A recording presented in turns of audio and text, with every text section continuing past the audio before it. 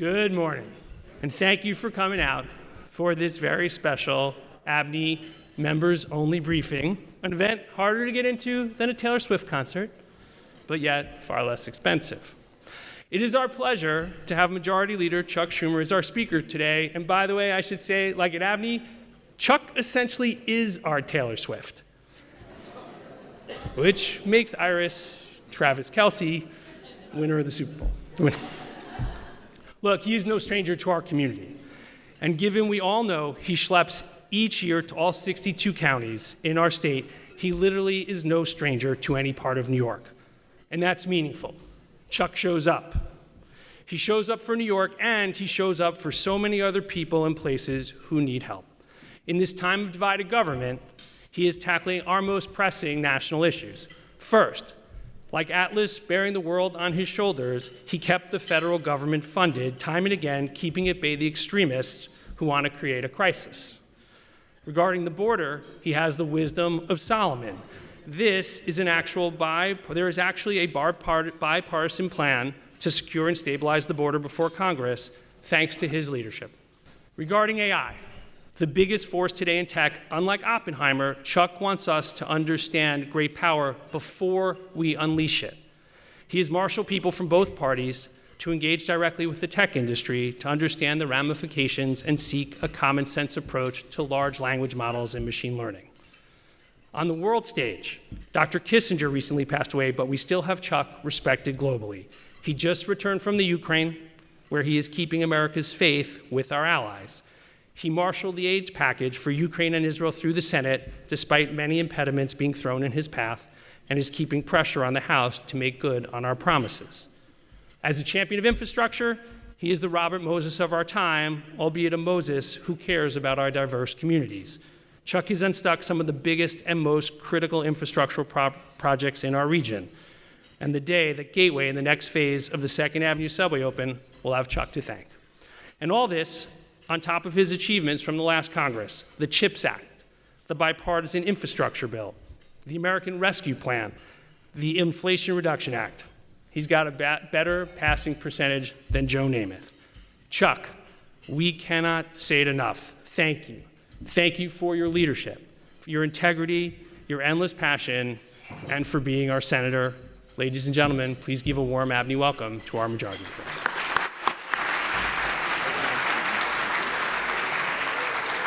Thank you. Thank you very much, Stephen. It's great to be here with everybody. And I always like to tell a story, so I'll tell you this one. Stephen mentioned that I visit every county every year, and I do. I've been to each county at least 25 times, many of them hundreds of times. How did that happen? When I first ran in 1998 against Al D'Amato, he was the incumbent senator. He was a big powerhouse, head of the banking committee, head of the Republican campaign committee, you name it. And when he went upstate, he said, Schumer's from Brooklyn. If he gets elected, you'll never see him west of the Hudson.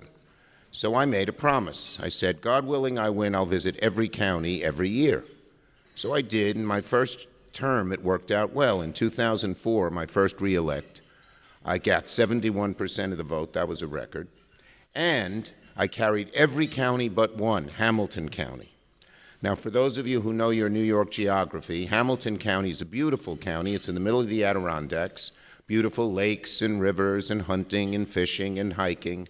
But it's our smallest county, only has 5,000 people. So I'm sitting the next day and I'm sort of bragging. You know, I have a great chief of staff, Martin Brennan, who's here. Yes, he deserves applause. And he keeps me in line, you know. So I'm sort of bragging. I said, Martin, why do you think we won every county but one, Hamilton County? He says, that's obvious, Chuck. I said, what do you mean it's obvious? He said, yeah, it's obvious. He said, look, it's our smallest county, only has 5,000 people. I said, yeah. He said, true to your promise, you visited it 6 times each year. I said, yeah. He said, well, it's obvious. It's the only county where you actually met every single voter. Anyway, I love visiting the counties. I got a lot of stories about them, but I'll spare you. I want to thank Stephen Rubenstein for the great job he does and has always done on behalf of New York, which we love. I want to thank Chad Perkey and the entire ABNY team. And my wife Iris is here as well. It's not part of ABNY. But I want to tell you, I continue to look forward to work with ABNY and all of you in this room to make New York a better place to live and work. As you know, New York's in my bones. I just love this place. It is who I am. And before I Love New York became our state's motto, it was my credo, always was. So let me talk about, elaborate on some of the things Stephen mentioned.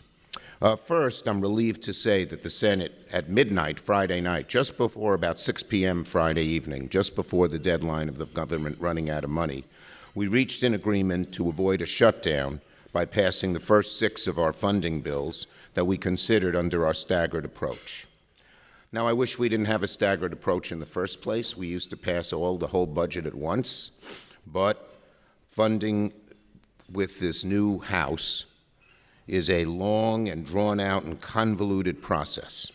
It's difficult to negotiate with another party that's actually dominated by extremists.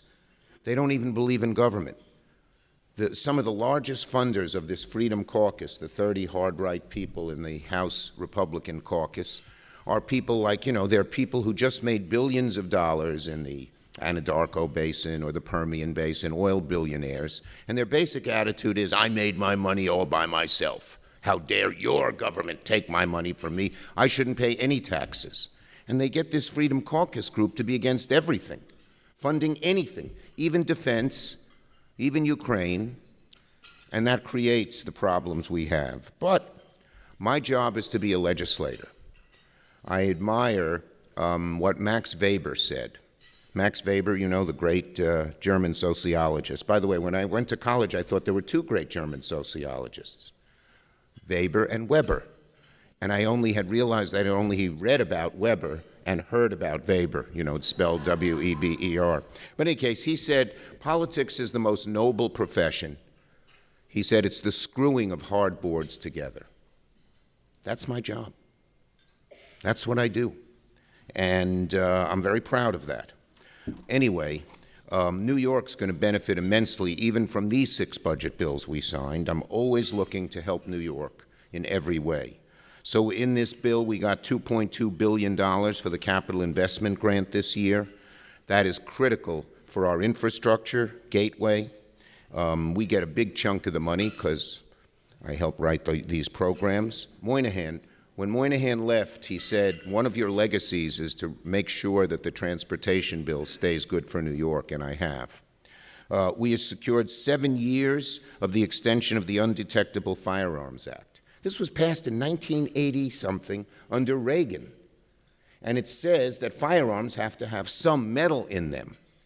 Otherwise, and it's much worse now with, 3D printing, but you could make a plastic gun. It would be undetected when it went through a metal detector. Imagine the chaos in the stadiums and in the subways and in all these areas where there are lots of people, schools, where they use metal detectors. Well, these crazy right-wingers wanted to let this expire. But we got it passed for another 7 years, and we defeated 50 extremist gun-related riders. We fully funded the Department of Justice's Community Violence Intervention and Prevention Program, which really has flourished here in New York.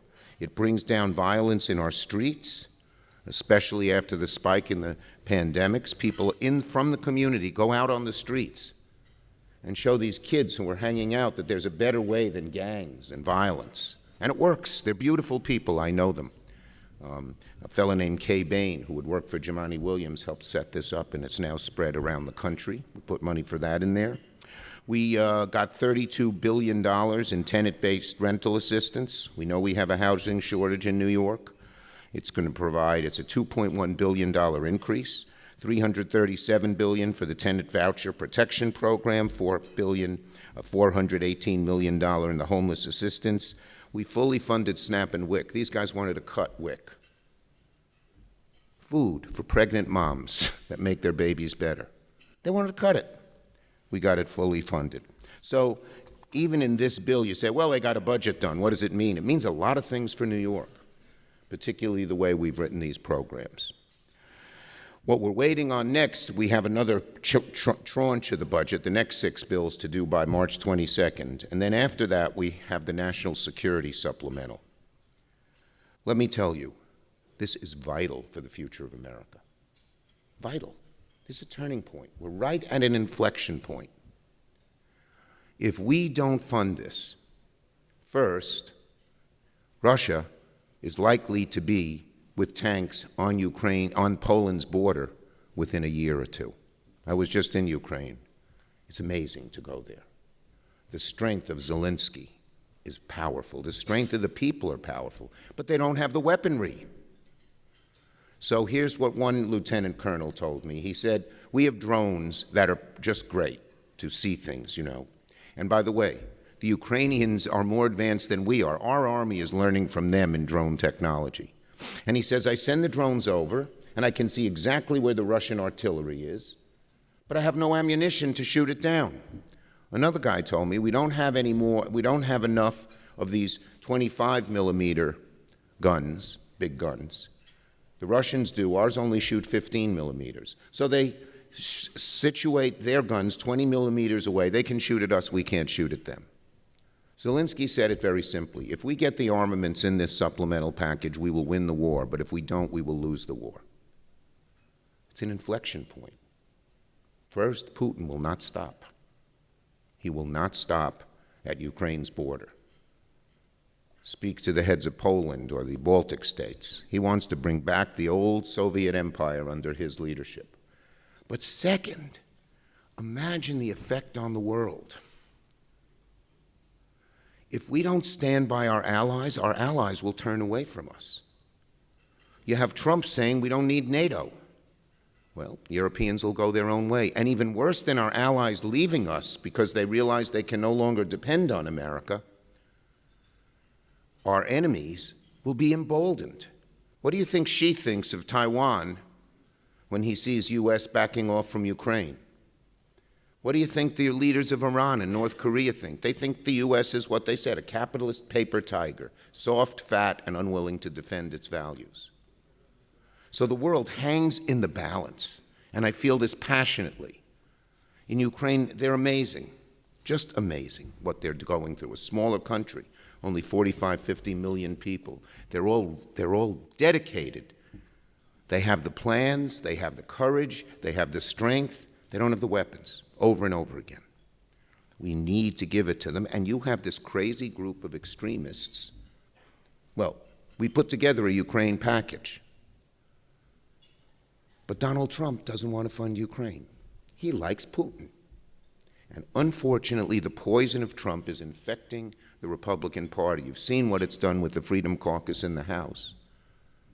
But our Republican leadership here knows that it's infecting the Senate as well. You had 10 of these right-wing, way-out people run against McConnell last time for the first time. And so first they said on the Ukraine package, one poignant moment. We went to a place that was a parking lot in Lviv 4 months ago. And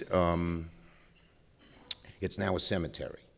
And you see all these newly dug graves, these new graves, and they put a picture of these beautiful young people, one after the other, young men and young women, civilians and military who've died. But while we were there with the new general that Zelensky has put in, who seems to be pretty good, right the other half of the parking lot, they were digging new graves for the people who are going to be killed.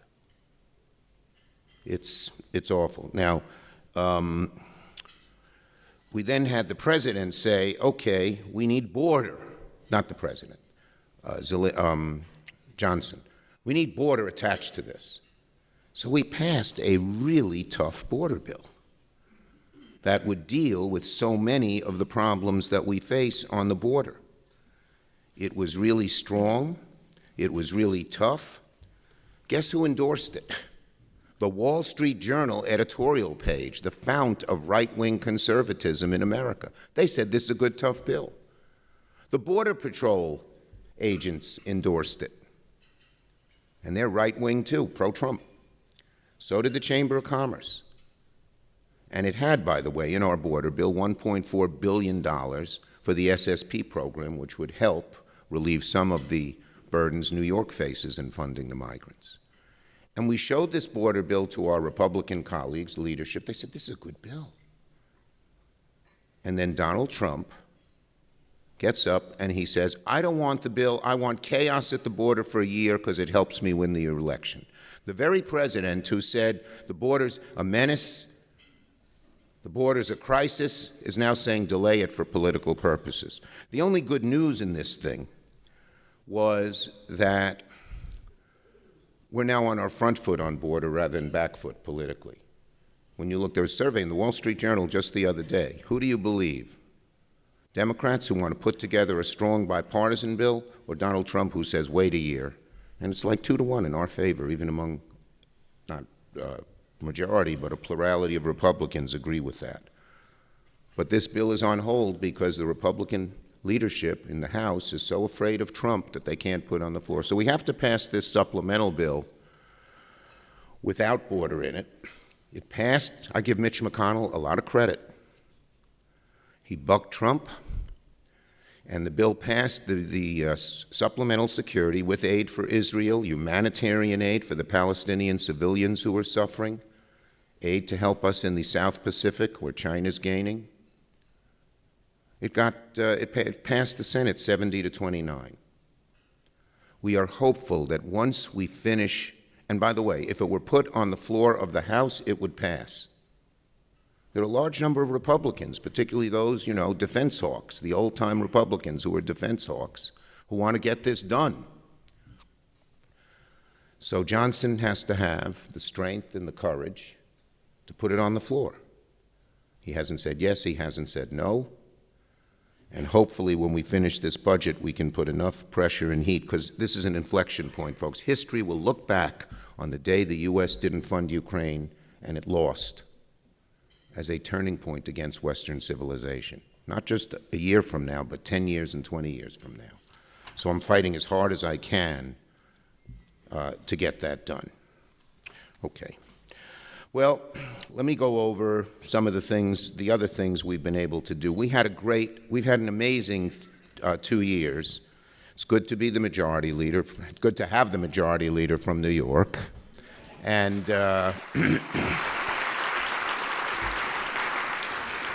incidentally, I'm the first senator from New York who was elected to my 5th term last November. So I thank you all for that. But we got so much done. And if you look at how the actual statistics changed, when Biden took office and I became majority leader, over 3,000 Americans were dying of COVID every day. 18 million Americans were collecting unemployment. Inflation was 9%. Thanks to all the laws we've passed and the investments we've done across the board, we're in much better shape. The public doesn't see it yet, but they will. Economics is always a lagging factor. I will predict by September the public will be much more positive on the economy and on the leadership of the president when that happens. But we did amazing stuff. And by the way, of the 8 big bills we passed last year when we had the House, had the Senate, and the presidency, 7 were bipartisan. 7. And McConnell didn't vote with us most of the time, but he said if his members wanted to join us, and I worked very hard on them. So it was the best Senate, the best legislature in 30 years. In fact, Robert Cairo sent me one of his books, Master of the Senate, and he said, to the Jewish LBJ. I was very proud of that. But some of the things we've done, we had the American Rescue Plan, which, saved us from everything. Subways would have closed, New York pensions would have gone dry, rental assistance, people would have been kicked out of their houses, Broadway would have closed. We had the Save Our Stages bill, which kept not only Broadway, but all the smaller arts institutions there. We got $9 billion for our schools. All of these institutions, if they didn't have any income, it's not just that they wouldn't have been able to produce at the time, but their people would have gone away. Like just take, a Broadway show. No one's getting, if they're not getting paid, they disperse to the rest of the country and take years to put it back. Same thing with any type of agency or nonprofit that was not funded by the government. So we did all that. We passed the bipartisan infrastructure law. And again, I wrote the formula to help New York. And we're building again. we so depend on mass transit. We have the East River tunnels, we have Gateway, East Side Access, Penn Access, Second Avenue subway, huge amounts of money pumped into our economy, but also permanent transportation improvements, which will make our economy better over the long run for a long time. And we put that in the infrastructure bill. We put money for our highways and our bridges, not just new projects, but keep the old things going. $3.5 billion to weatherize buildings, and money to provide broadband for everybody. This is really important in rural areas, and why I thought it was so important. Franklin D. Roosevelt in the 1930s said electricity is a necessity. And he created the REA, the Rural Electrification Administration, I guess the A stands for.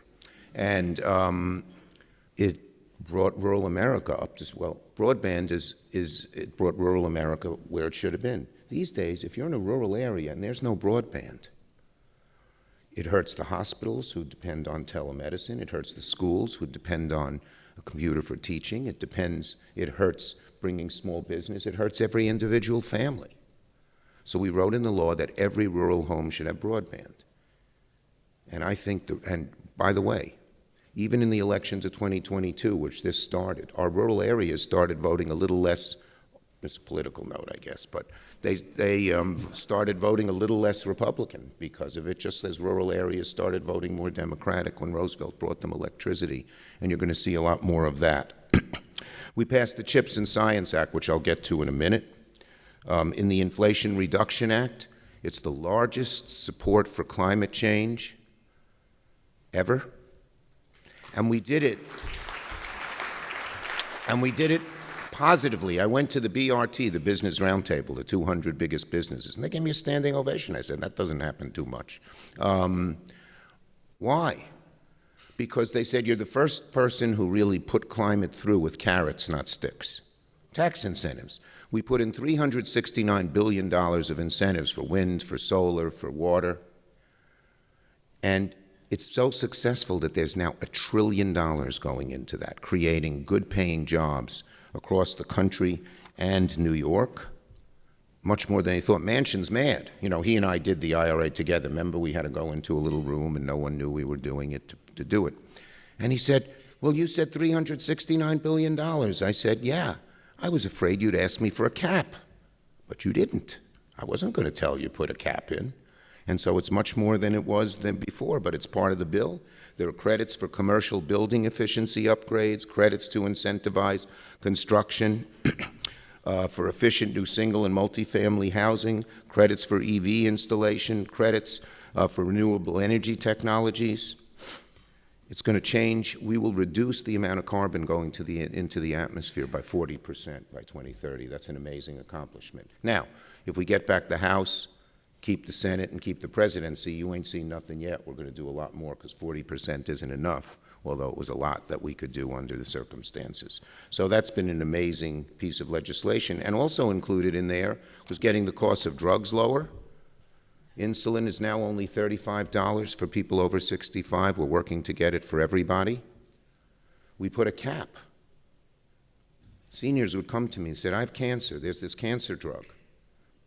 My doctor says it'll cure me. It costs $800 a month. My insurance company won't pay for it. What do I do? Die?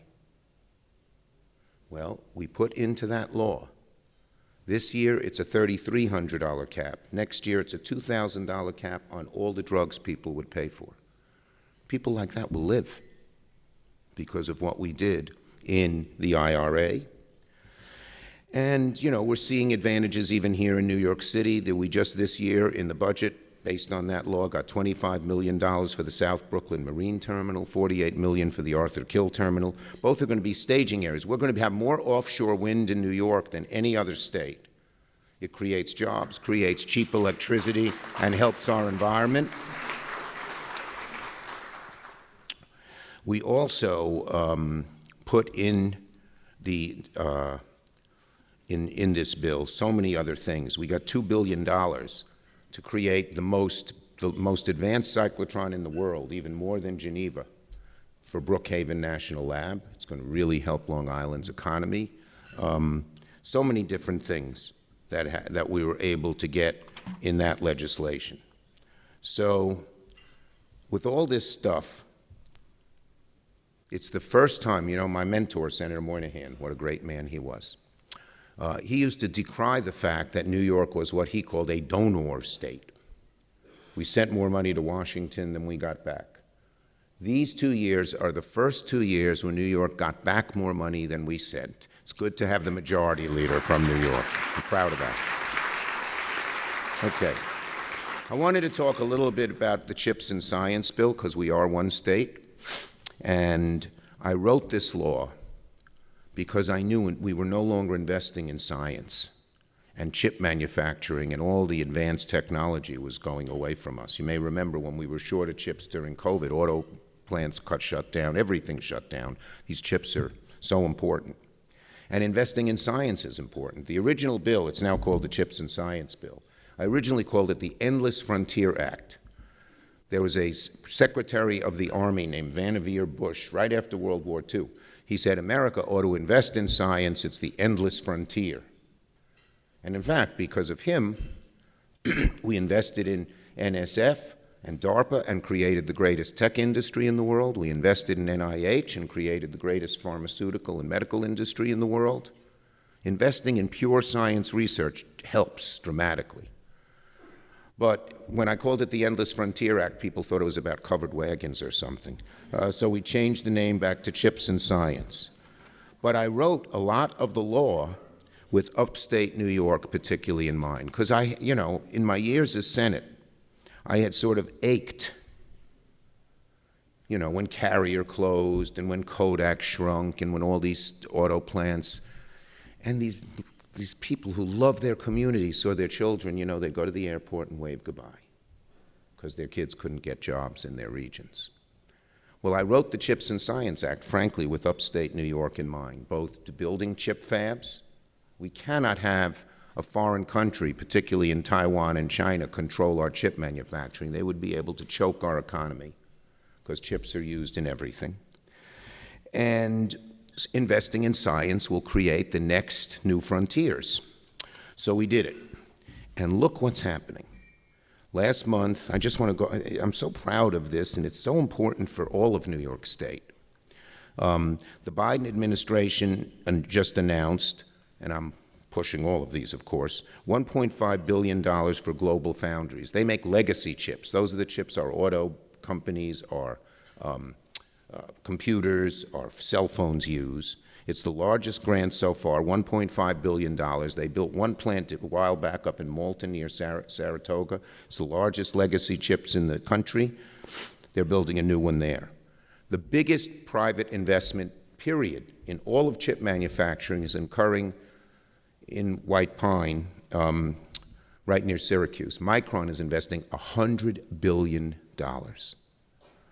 to build memory chips, which are the most cutting-edge chip. It'll be the biggest plant in the world. It's going to employ up to 9,000 people. You go to Syracuse, people have hope in the future. When Carrier closed, I met the head of United Technologies, and this son of a gun, he said, oh, don't worry, we're shutting down Carrier, but no one wants to live in Syracuse anyway. Well, that's changing. In the Hudson Valley, IBM is investing, and we have a company called Onsemi, which closed we say all this technology and all these grants has to be made in America. They closed 2 plants in Asia to start building chips in the Hudson Valley. Here's a really good one. Binghamton University, SUNY is a blessing to upstate New York. All of our colleges are, public and private, in New York City and upstate. But the guy who won the Nobel Prize for inventing the lithium-ion battery, an Englishman, but he's a professor at Binghamton University. His name is Whittingham. Very modest, nice man. And we have now gotten over $300 million in grants to make Binghamton University, where IBM used to be, where Endicott Shoes used to be, the center of research into lithium-ion batteries and one of the manufacturing centers of lithium-ion batteries in Utica. My dad's from Utica. I don't know if people know that. But Wolfspeed is investing in building the largest silicon carbon factory. And probably the best thing of all, there's going to be one national semiconductor tech center. And in the lead to get, which is going to do the next generation of chip research. And guess who's likely to get it? Albany, New York. There's something called Albany Nano in Albany, and it will just blossom that region and all of upstate. So upstate has a really good future now, which it really didn't 5 or 10 years ago because of investing in chips and in science. Finally, I want to just touch on artificial intelligence. So this is, of course, the new frontier. And it's really hard. It's the hardest thing maybe I've ever looked at legislatively for 4 reasons, or 3 reasons, I guess. 1, it's so complicated. 2, it keeps changing. And 3, we don't have a legislative history on it. You know, we know what to do in defense or health care a lot of the times because we've a long history. Here we don't have one. But we can't do nothing. It has amazing potential, curing cancer, ending world hunger. Incredible. But it also has tremendous danger. And so the trick is you need some guardrails.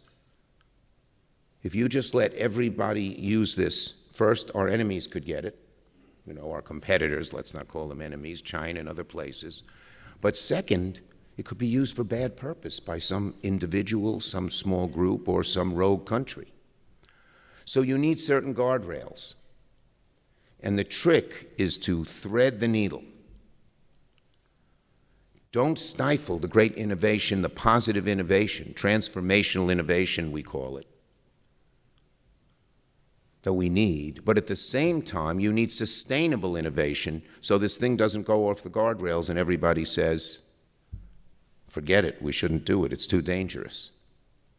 And that's what I'm endeavoring to do. So we put together, you have to do these things bipartisan, a bipartisan group of myself and Senator Heinrich, he's a Democrat, and Senator Rounds and Senator Young, 2 of the Republicans. It's good to work with. They're really good, solid folks. And we are going to put together a framework and then try to pass legislation. And I'm consulting our New York tech industries, our New York AI people. New York has a real chance. We are getting about 1/4 of the venture capital for AI research right now. And we could get even more. So it's really important to get this done. We have put together a plan. We'll be putting out a blueprint, a framework in about a month called Safe Innovation. Innovation has to be the North Star. You cannot stifle innovation. But at the same time, you have to make sure it doesn't go off the rails, so you need some kind of guard. Well, we call it Safe Innovation, and the SAFE stands for security, keeping us safe from our adversaries and from others, accountability, making sure there are guardrails so the AI doesn't use to exploit people. And there are certain issues here, bias. If you just use all the old data and there was redlining, people of color will be discriminated against in the new, in these new, what seem to be, non-political numbers, but they have a lot of politics laden in them because of our past history. So accountability, foundations, we want it to align with our values, and explainability. One way to make AI a little more accountable is make sure it explains itself. So when you ask an AI system to do something and they spit out several sentences, you know where they're coming from. I'll give you a superficial example. So if you ask AI for a recipe for how do you lose weight, and they say eat a lot of hot dogs, you say, huh?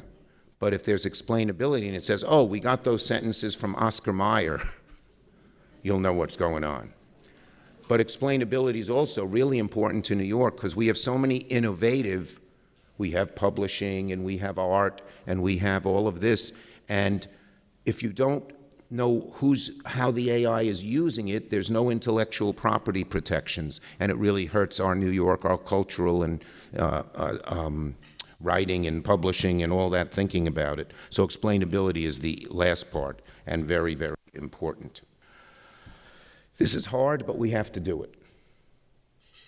If we don't pass these guardrails, things could go off the deep end. But we also have to encourage a lot of the pure research, and our four of us, even two Republicans, agree that we got to put about $32 billion into the various agencies, NIST and others, to help us advance the innovations in AI. That's going to be one of the hardest things we've undertaken, but as Teddy Roosevelt said, we're in the arena, so let's take a shot at it and see what we can do. So basically, those are some of the things I'm working on. In closing, you know I love New York. It's in my bones. Candidates come up and ask me, what's your advice? And I say, my best advice is be yourself. Because the public may not know the difference between your education policy and somebody and your opponents. But they can smell a phony a mile away. So I tell them, I'm from Brooklyn. Sometimes it helps me. Thank you. I say, sometimes it helps me, sometimes it hurts me. But if I tried not to be from Brooklyn, I'd be worse than whatever I am. So I love New York. I love representing New York as majority leader. I'm busier than I've ever been, but I have more energy for this job than I've ever had. You know, I feel the same as when I first started. I was elected to the Assembly when I was 23 in 1974, before a good number of you were born. But I have as much enthusiasm as I've ever had. And I'll close by telling you a little story about my dad. My dad was a great guy. He passed away 2 years ago at 98. And he was a very smart guy, but circumstances in life didn't let him do what he wanted to do, and he had this junky little exterminating business. My sister once sent us a Father's Day card, or sent him a Father's Day card that said, Dad, we're the only family that associates the smell of DDT with love. Because he'd come home stinking of the chemicals. But he left me values. For those of you who've been close to your parents, you know, he's still here. I still hear him. And the two values he left me with that shaped my life and you know, show you who I am. One is he always said, try to help people who need help. He said that's a noble thing to do. But the second thing he taught me was this. He said, if you're doing something important, whether it's personal or family or professional or business or whatever, if you're doing something important, look in your heart. Make sure it's the right thing to do. And once you're sure it's the right thing to do, he said, persist and persist and persist and don't give up, and God will reward you and you will succeed. So, I'm in a job to help people, everybody I can, but New York in particular. But together, all of you and us, we are going to persist and persist and persist and not give up to make New York even bigger, better, and grander than it is today. Thank you.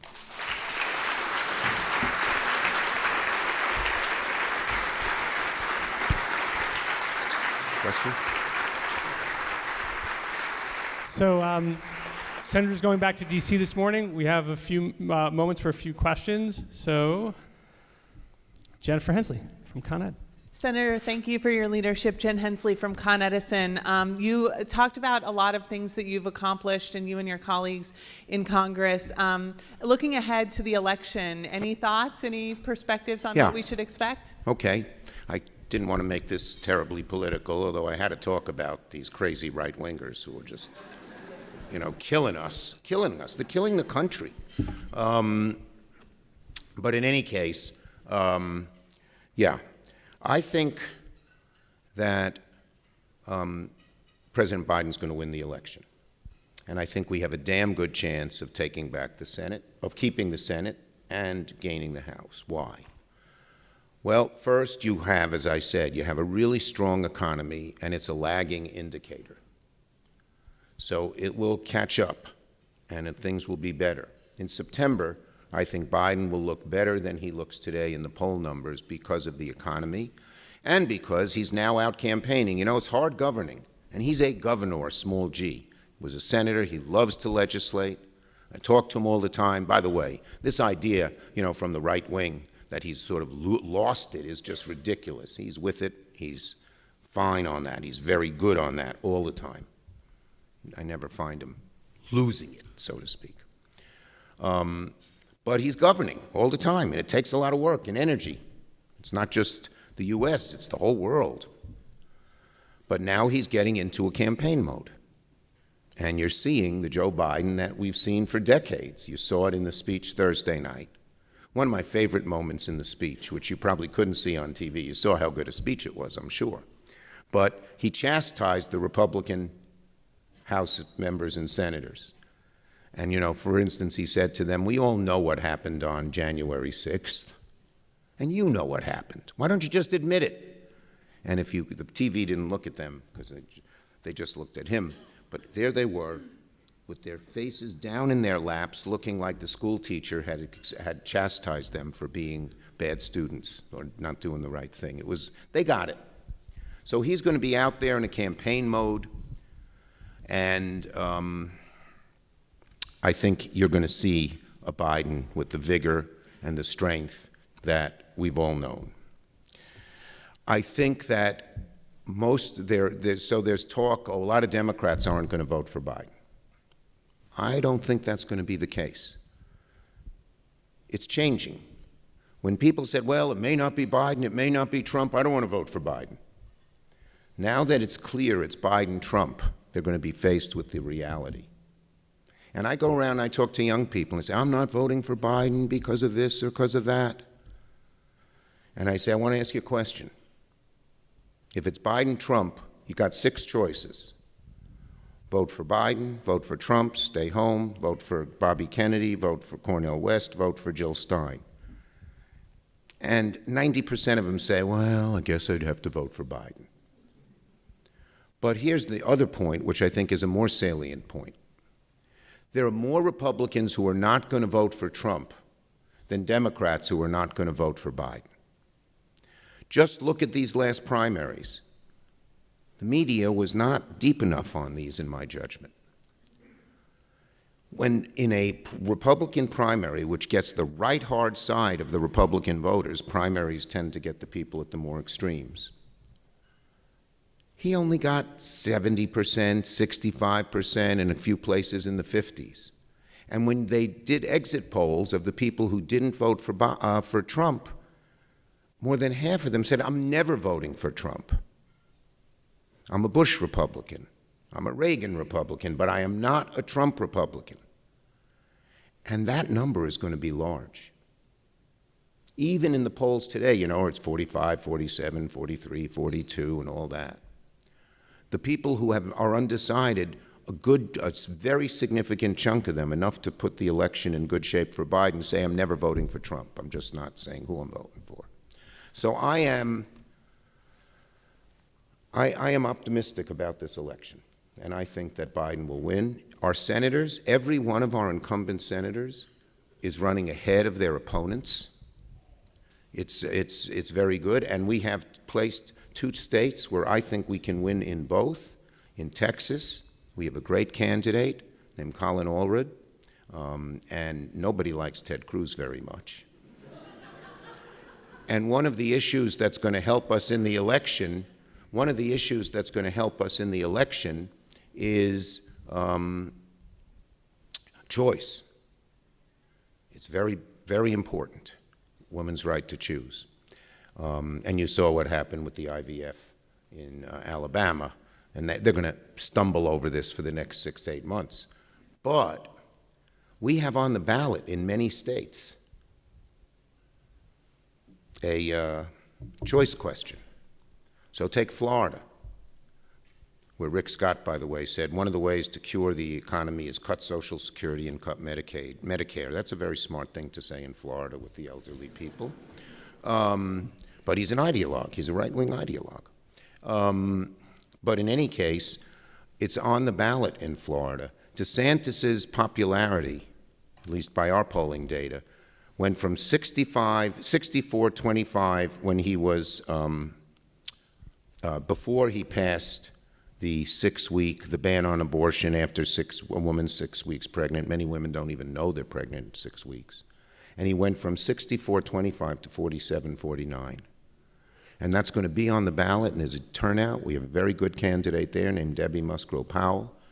She's a Latina immigrant from Ecuador with a great story, how she started working in a donut shop and climbed her way up. So 2 years ago, people said, oh, you're going to lose 5, 6 seats in the Senate. I said, we'll stay even or gain a seat or two, and said, I don't believe you, but we did. Well, I'm telling you right now, we're going to stay even or pick up a seat or two, and I will continue to be Senate Majority Leader.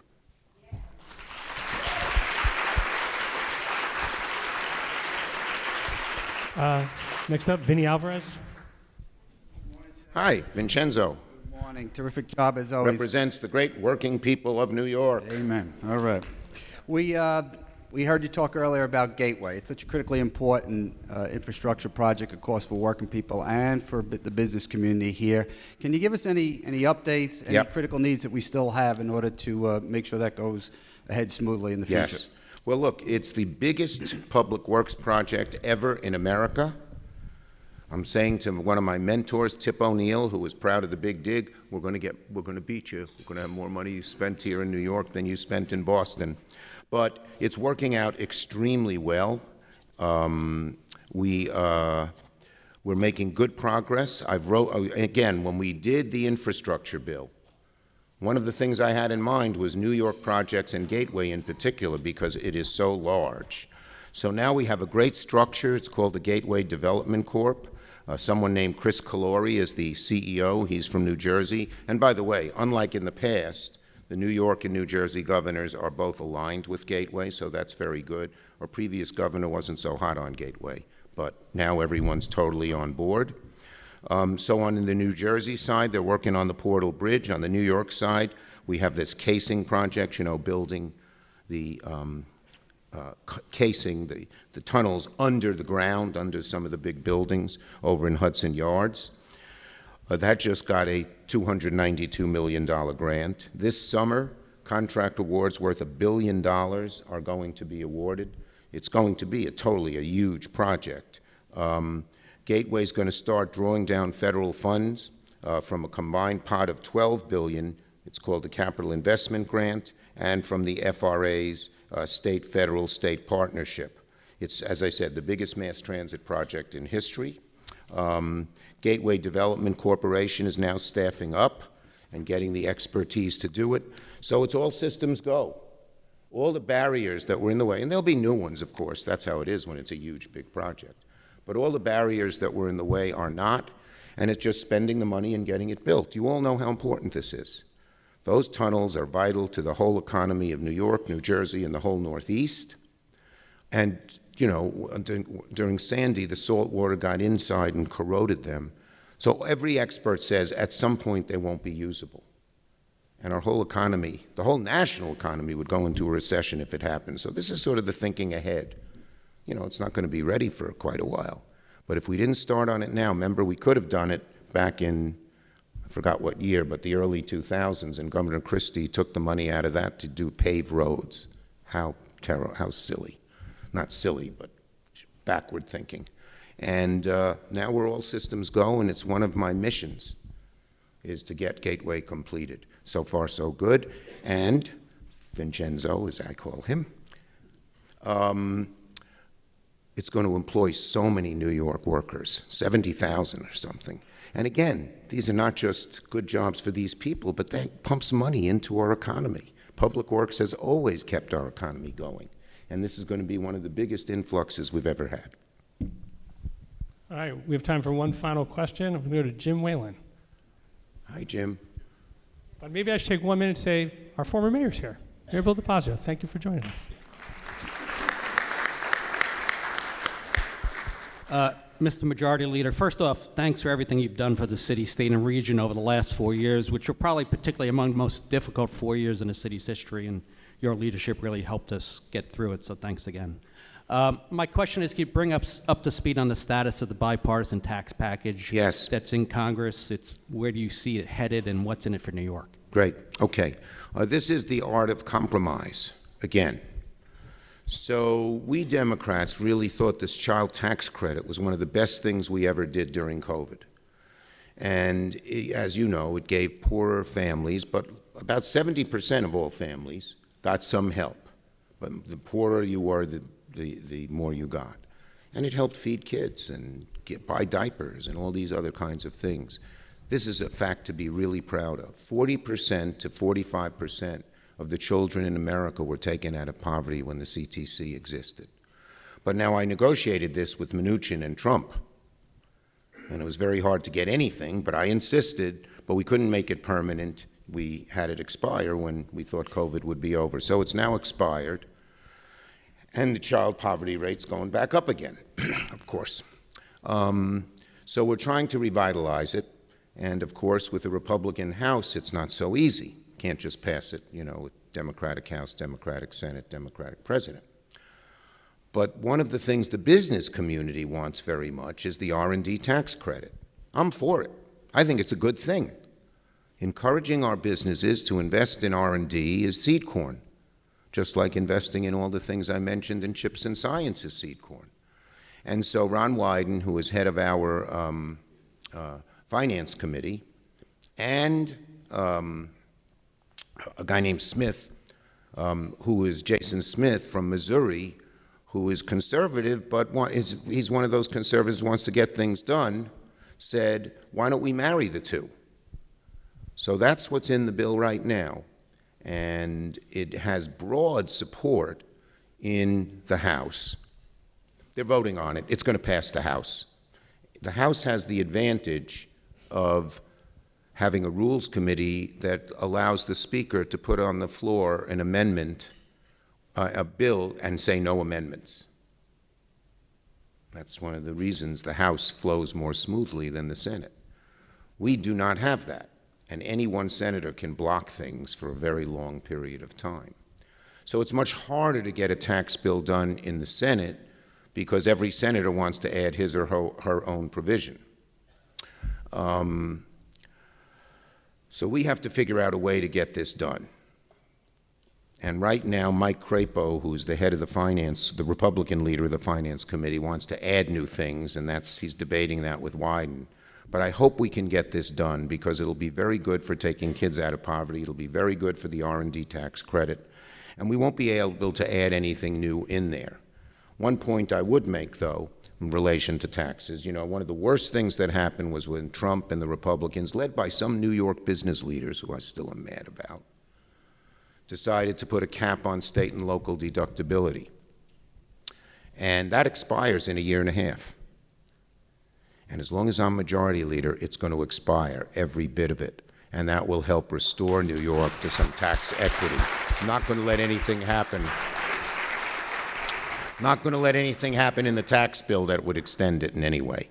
So we're trying to get this done. It's not certain, but I'd put the odds at least 50-50 that we get this bill done with the R&D credit. Oh, one other thing, I insisted, so they put this compromise together, and I told Ron Wyden I am not supporting it unless you add the low-income housing tax credit to it. So we now have, we're so short of housing, and LIHTC has done more to build housing, affordable housing in New York than anything else, and so that's in the bill. And so it has three good things. And if it passes, it'll have those three things and probably nothing else. But we still got to work our way through through Crapo and the Senate Republicans who want to add other things, subtract other things. They want to detract from the child tax credit. We want it refundable. So poorer families who don't pay taxes get some help to feed their kids, get them out of poverty and buy them school stuff and all that. And they don't want that, so that's one of the bones of contention. All right. I want to say thank you, everybody, for coming. Thank you, Senator, for being here, and thanks for being here. Oh, I want to say one more thing, okay? I always say this. So people say, oh, what's the future of big cities? Maybe people don't want to live in big cities. New York's population in 2010 census was 8.1 million. New York's population in the 2020 census was 8.9 million. So not only did we gain 800,000 people, we're the biggest city, so yeah, of course. But per capita, of the 25 largest metropolitan areas, we were the fourth biggest. Only Nashville, Travis County, Austin, and Texas, and Salt Lake City were higher. People are flocking to New York. poor people, middle-class people, well-to-do people, they're flocking to New York. And so people love New York. They love our diversity. They love our intensity. They love our just energy. And so don't bet against New York. Never bet against New York. Our best days are yet to come. Thank you.